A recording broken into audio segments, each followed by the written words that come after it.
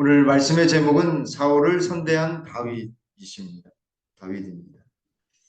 하나님의 말씀 먼저 사무엘상 24장 5절로 7절에 있는 말씀을 제가 천천히 읽도록 하겠습니다. 그리한 후에 사울의 옷자락 뱀으로 말미암아 다윗의 마음이 찔려 자기 사람들에게 이르되 내가 손을 들어 여호와의 기름 부음을 받은 내 주를 치는 것은 여호와께서 금하시는 것이니 그런 여호와의 기름 부음 받은 자가 됨이니라 하고 다윗이 이 말로 자기 사람들을 금하여 사울을 해하지 못하게 하니라. 사울이 일어나 굴에서 나아가 자기 길을 가니라. 아멘.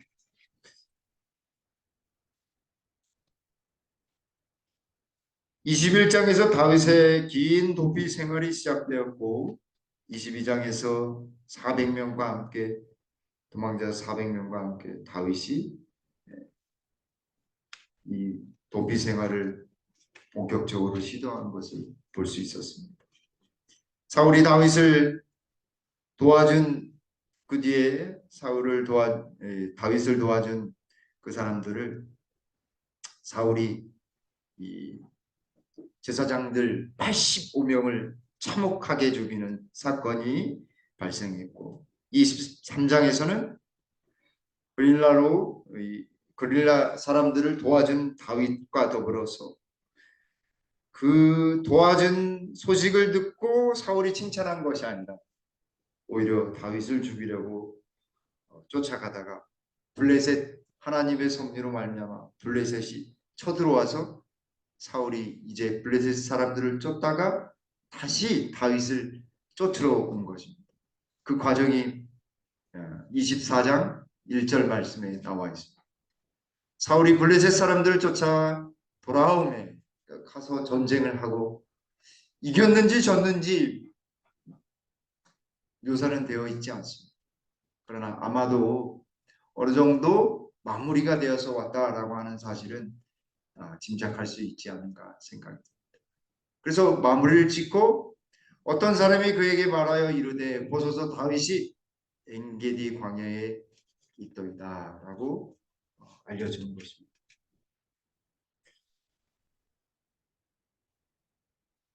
다윗이 엔게디 광야에 있을 때에 몇 명이 있었을까요?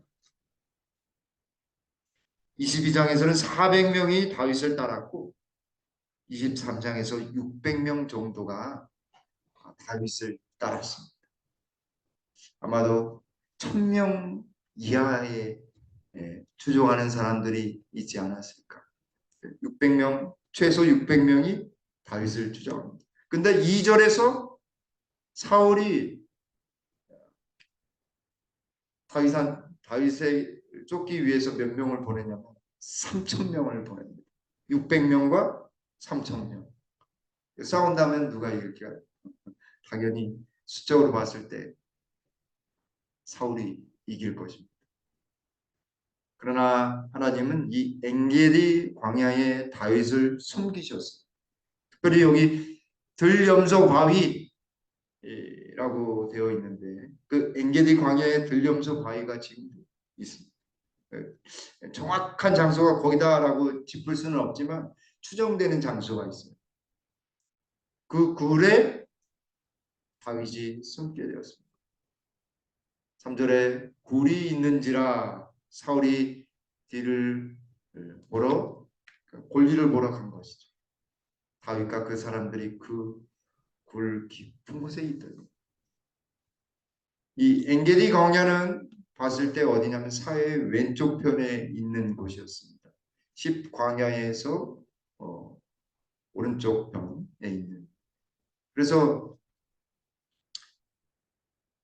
이 동굴 지금도 보면은 이 들염소 바위라고 할 수 있는 곳이 추정할 수 있는 곳이 이렇게 골짜기에 있는데 바위로 된 이 굴이 있는 곳들입니다. 그래서 어디에 숨었는지 그래서 그곳을 찾다가 올라가다가 다윗의 병사들이 막 공격하면 지리적으로 봤을 때에는 적은 숫자지만 함부로 공격할 수 없는 곳에 하나님이 숨기신 것입니다. 그곳에는 물이 흐르고 척박한 곳이지만 물이 흐르는 골짜기에 굴이 있어서 그곳에 때마침 원수는 웬나무 다리에 만난다고 다윗이 숨은 곳에 사울이 볼일을 보러 간 것입니다.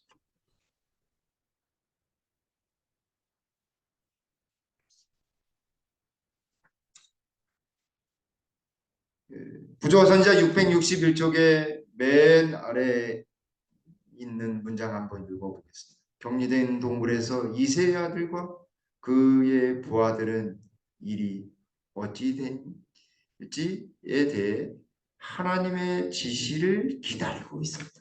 하나님께서 그 동굴에 가게 하신 겁니다. 하나님의 섭리로 말미암아 그 동굴에 다윗이 결정했는지 그 병사들이 결정했는지는 잘 모르지만 그 모든 것들을 온전히 주관하신 분은 하나님이셨다라고 하는 사실을 우리는 알게 됩니다.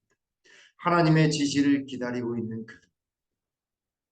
그래서 어디로 갈지 어떻게 해야 될지를 다윗은 분명하게 하나님께 구했다는 사실을 우리는 짐작할 수 있는 것입니다. 그런 상황에서 이 위험에 빠진 사울, 그 위험에 빠진 사울, 다윗의 사람들이 그 광경을 보게 된 것입니다. 사울한테는 위험에 빠진 공경이지만 다윗을 따르는 사람들한테는 다윗에게는 어쩌면 세상적으로 봤을 때 철호의 찬스, 한 번에 그 모든 것들을 잠재해 줄 수 있는 사울을 죽이면 세상적으로 봤을 때는 모든 권력을 다윗이 손아귀를 얻을 수 있는 상황이 되버린 거죠. 그래서 여기 4절에 다윗의 사람들이 이르되 보소서 여호와께서 당신에게 이르시기를 내가 원수를 내 손에 넘기리니 내 생각에 좋은 대로 그에게 행하라. 그러니 그 넘겼으니 철의 찬스를 놓치지 마십시오. 근데 다윗은 일어나서 어떻게 합니까? 죽일 수도 없고 그러자니 또 그냥 보낼 수도 없는 상황입니다. 왜냐하면 다윗을 따르는 사람들을 어찌되었든 신앙적이든 아니면 세상적이든 어떤 논리적이든 설득이 가능해야 했기 때문에 그렇습니다.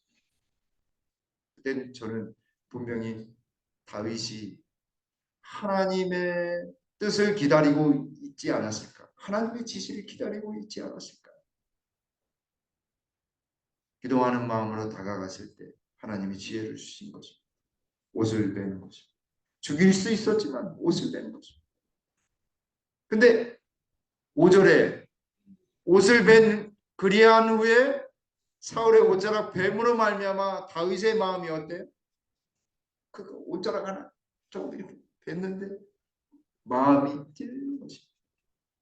왜 그런가? 그 이유가 6절 말씀에 자기 사람들에게 이르되 내가 손을 들어 여호와의 기름 부음 받은 내 주를 지키는 것은 여호와께서 금하시는 것이.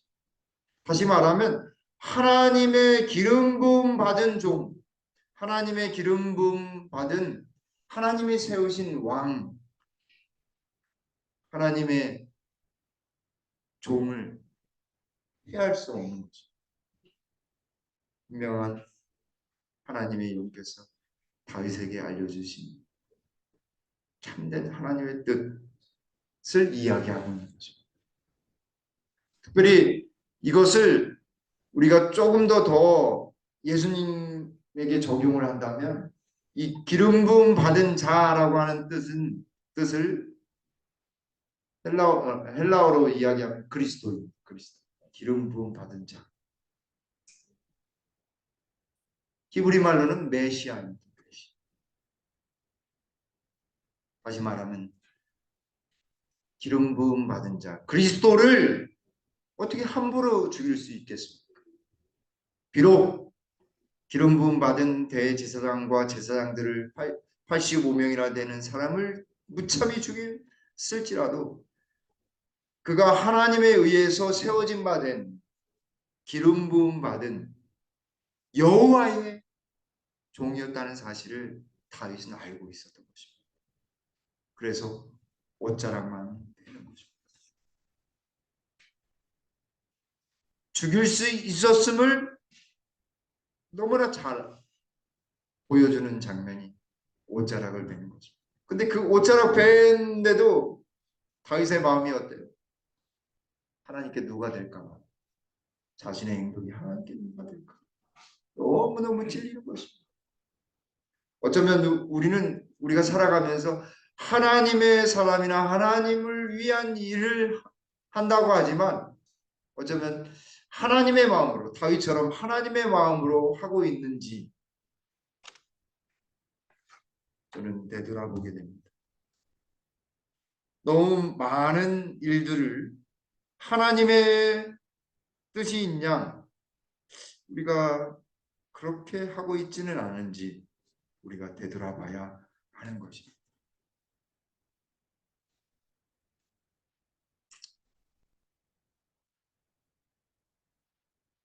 사울은 산을 헤치고 올라가다가 옆으로 비껴 홀로 다윗과 그 무리가 숨어 있는 바로 그 굴에 들어가. 다윗의 부하들이 그것을 보고 저희의 지도자에게 사울을 죽이기를 어떻게 했다고요? 간청하였다. 사울 죽이십시오. 이렇게 대충 한 것이 지금 철로에 쳤으니까 빨리 죽이셔야 됩니다. 그들은 지금 왕이 저희 권세하에 있다는 사실은 하나님께서 친히 원수를 저희 손에 붙여 그를 멸할 수 있게 하신 분명한 증거라고 해석하여 다윗도 그 일을 그렇게 보려는 유혹을 받았으나 양심의 소리는 그에게 여호와의 기름 부음을 받은 자를 해하지 말라고 하였다. 누가 양심을 통해 말씀하신 거는 성령 하나님께서 그렇게 하신 것입니다. 성령 하나님께서 여호와의 기름 부음 받은 자를 해하지 말라. 사실 세상적으로 봤을 때 다윗이 딱 그때 처단했다고 한다면 왕은 분명히 됐을 것입니다. 근데 이스라엘 전체를 다스리는 왕은 되지 못했을 것입니다. 왜냐하면 지금 왕의 정통성을 부인한다고 한다면 이 베냐민 지파나 그를 따르는 지파들은 분명히 다윗을 따르지 않을 것은 분명하기 때문에 그렇습니다. 다윗이 왕이 되었을 때에도 홀로 남아서 왕이 되었을 때에도 한 번에 다 이스라엘 전체를 다스린 것이 아니라 유다 지파에서부터 유다 지파도 아니고 유다 지파 내의 작은 자손을 치리하다가 유다 지파를 다스렸고 그런 다음에 이스라엘 전체를 다스리게 됩니다.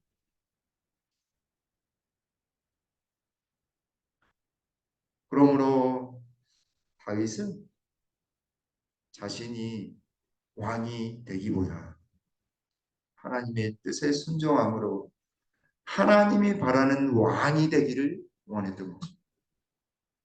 여기에서 우리가 하나님의 사람들이 어떻게 하나님의 일을 일궈야 될지를 잘 알려주고 있는 것입니다.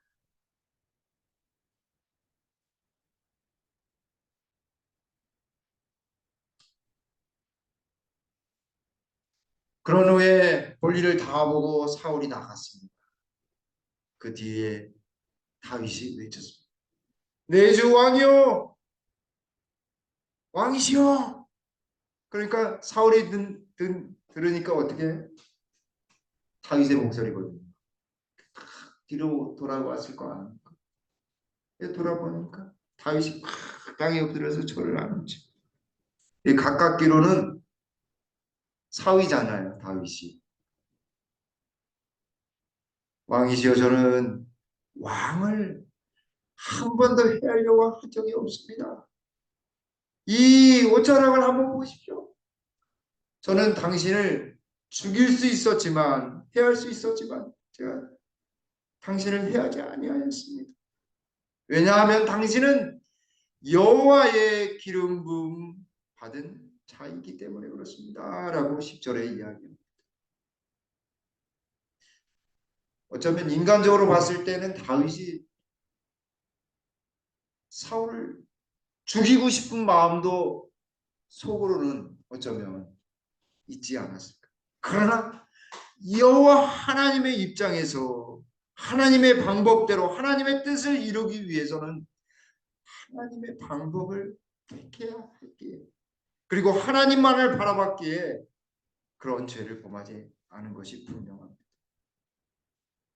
11절에 아버지여, 당신은 나에 대해서 장인어른 이잖아요. 개인적으로 손에 있는 왕의 옷자락을 보셨습니다.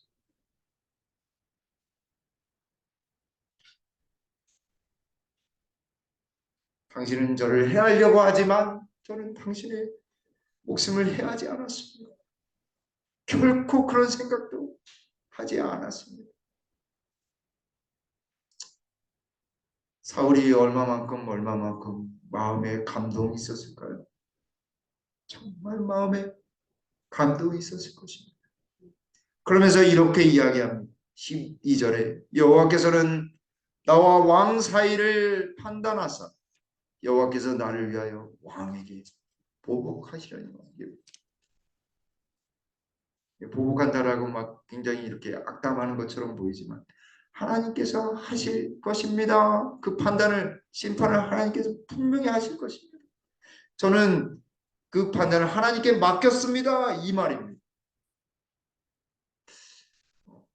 억울한 일 당했을 때 나도 다윗의 입장에서 바꾼다고 한다면 이 다윗처럼 그렇게 할 수 있을까?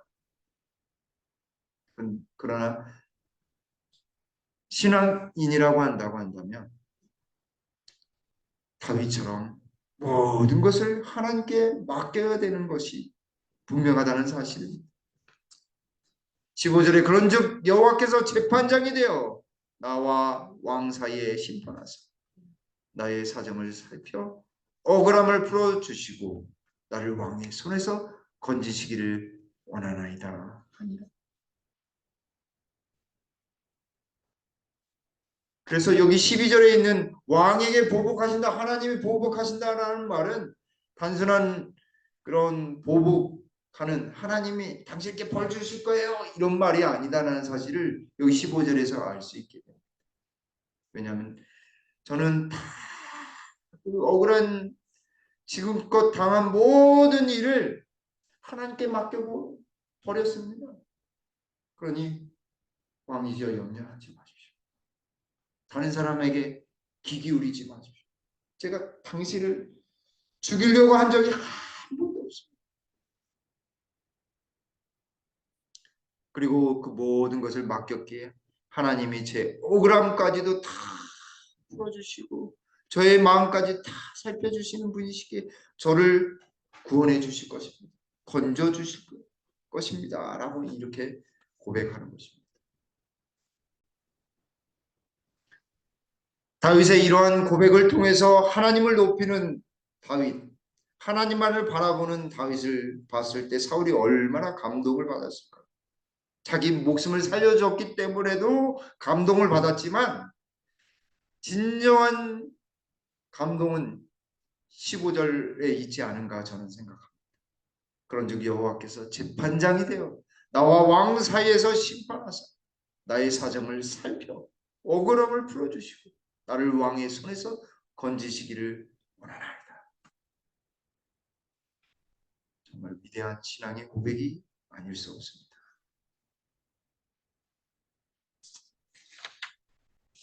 이렇게 자신의 마음을 딱 전하니까 정말 다윗을 죽이고자 했던 사울의 마음도 어떻게 됐을까요? 무너지는 것입니다. 무너지는 것입니다. 내 아들 다윗, 이것이 내 목소리냐 하고 소리 높여 울며 이렇게 했습니다. 사울이 왜 울었을까?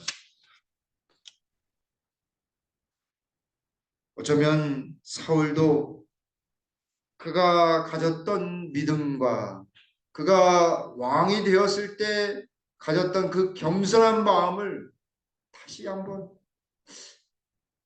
이때 당시 생각하지 않았을까? 그리고 다윗을 생각했을 때 다윗도 불쌍하고 다윗을 죽이려고 하는 자신도 불쌍한 그런 생각을 하지 않았을까 생각을 해봅니다. 그래서 17절에 이렇게 이야기합니다. 다윗에게 이르되 나는 너를 학대하되 나는 너를 학대하되 너는 나를 선대하니 너는 나보다 의롭도다. 그 상황을 다 판단해 보니까 너는 나보다 정말 의롭다.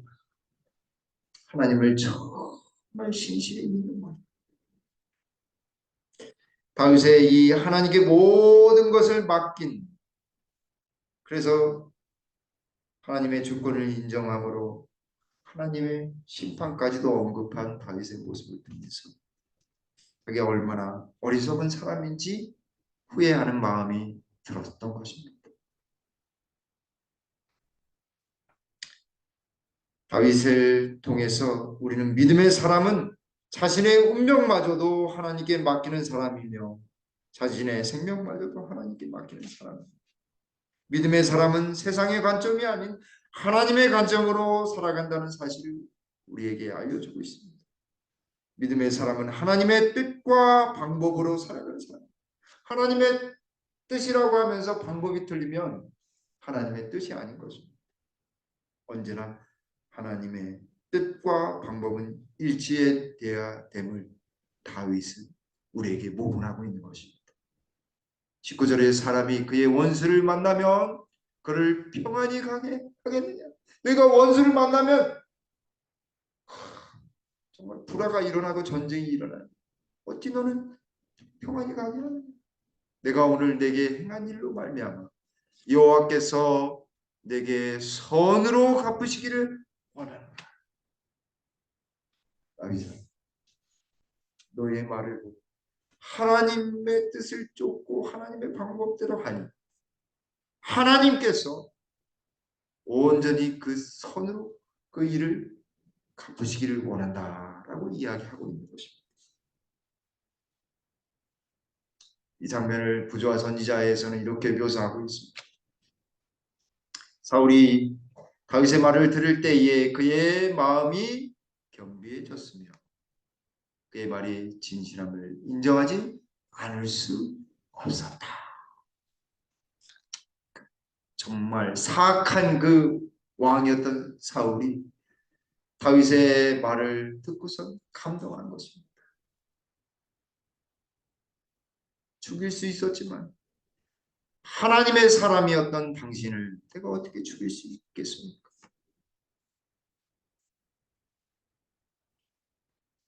다윗은 양심상 꺼리낌 없이 왕 앞에 섰다. 사울은 부드러운 마음으로 내 아들 다윗아 이것이 내 목소리냐고 부르짖으며 그는 소리 높여 울었다. 감동받으며 마음이 움직여 눈물이 막 나는 것입니다.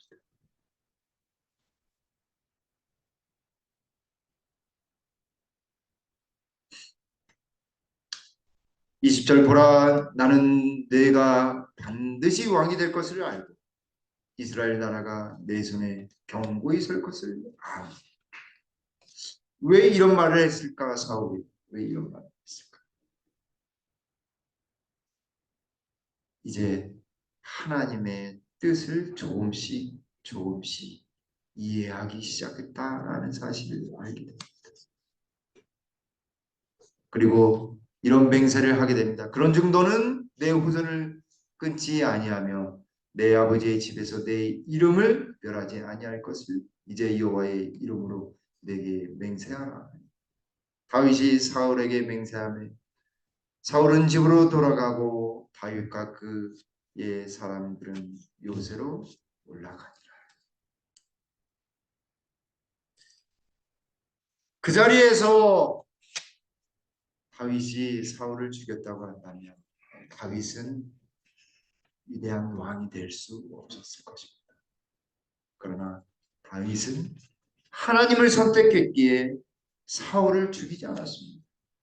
왜냐하면 그 모든 일은 하나님이 이루실 것을 아셨기 때문에 그렇습니다. 그리고 성령을 통해서 20절에 보라, 나는 내가 반드시 왕이 될 것을 알고 이스라엘 나라가 내 손에 견고히 설 것을 아노니라고 하는 말을 사울의 입을 통해서 다윗에게 하나님께서 약속해 주신 것입니다. 그리고 사울은 그 맹세를 듣고서 집으로 돌아가 왕궁으로 돌아가. 다윗은 다시 요새로 돌아갑니다. 굴에 들어갔다 이렇게 표현하면 되는데 요새로 올라갔다라고 이야기합니다. 왜 그랬을까요? 그 굴은 척박한 환경, 먹을 것도 별로 없고 잠자리도 굉장히 불편할 텐데 그것이 하나님과 함께한 다윗에게는, 다윗과 그 따르는 사람들에게는 요새인 것입니다. 가장 안전하고 가장 하나님과 함께함으로 정말 온전히 설 수 있는 귀한 은혜의 자리였음을 우리는 알게 되는 것입니다.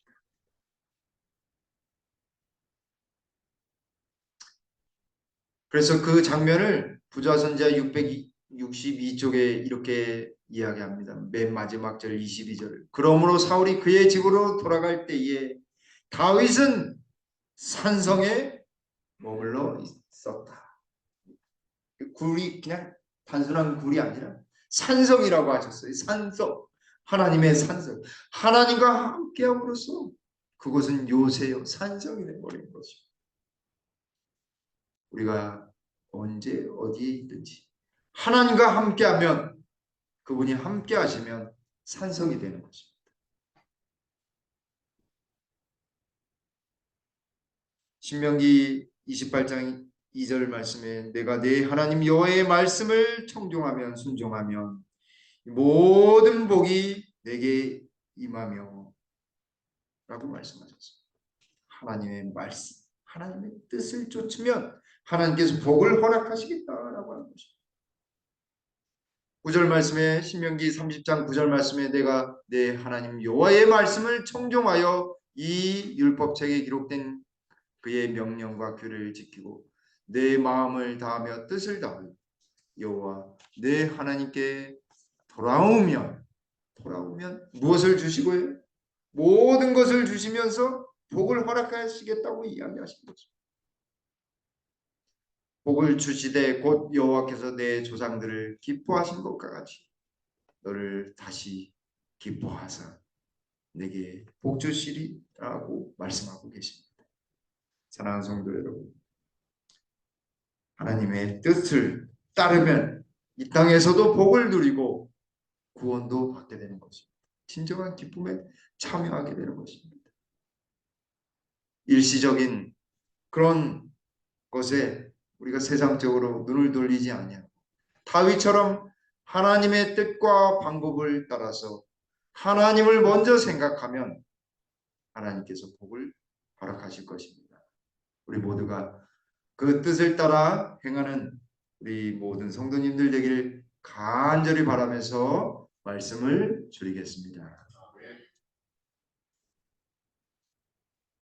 아버지 하나님, 다윗이 쫓기는 신세에 죽음이 가까운 상황 속에서도 흔들리지 아니하고 하나님만을 바라본 것처럼 우리도 매일 매순간 우리 하나님만을 바라보는 귀한 역사가 우리 삶에 날마다 이어지도록 성령으로 인도해 주시옵소서.